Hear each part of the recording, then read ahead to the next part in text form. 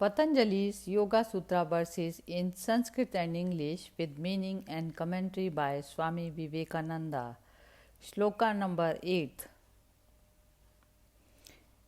Viparyo mithya jnanam tadrupa pratishtham.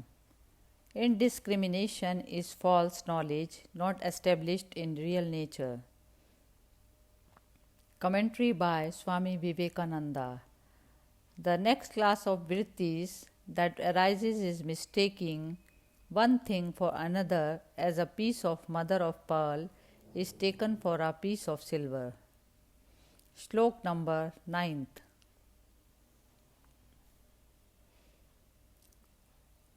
शब्द ज्ञानानुपाति वस्तु शून्यो विकल्पः. Verbal delusion follows from words having no corresponding reality.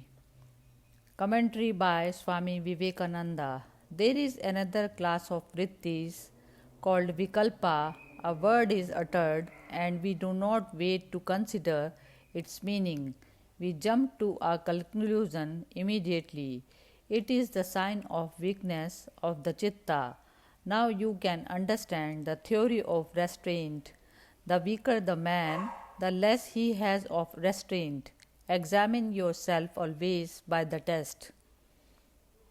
When you are going to be angry or miserable, reason it out. How it is that some news that has come to you is throwing your mind into vrittis. Shlok number 10th.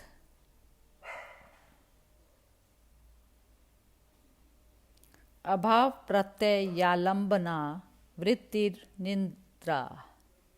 Sleep is a vritti which embraces the feeling of voidness. Commentary by Swami Vivekananda. The next class of vrittis is called sleep and dream.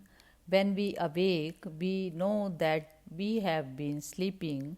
We can only have memory of perception. That which we do not perceive, we never have any memory of. Every reaction is a wave in the lake.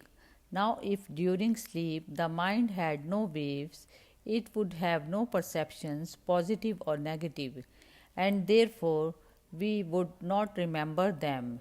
The very reason of our remembering sleep is that during sleep there was a certain class of waves in the mind.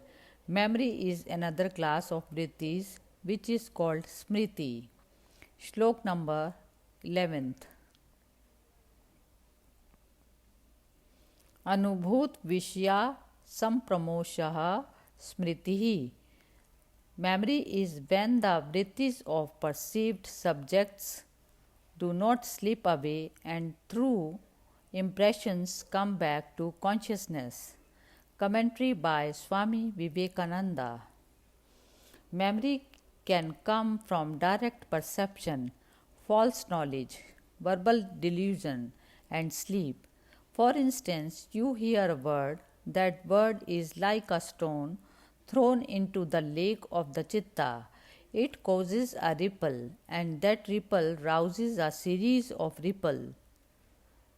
This is memory. So in sleep, when the peculiar kind of ripple called sleep throw the chitta into the ripple of memory, it is called a dream. Dream is another form of the ripple which in the waking state is called memory. Shlok number 12th.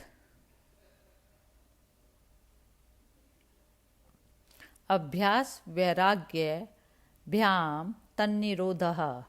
Their control is by practice and non-attachment.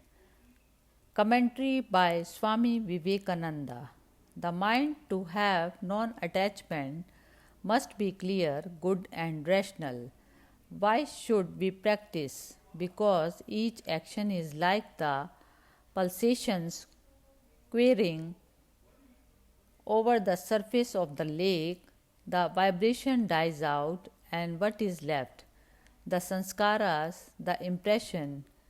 When a large number of these impressions are left on the mind, they coalesce and become a habit.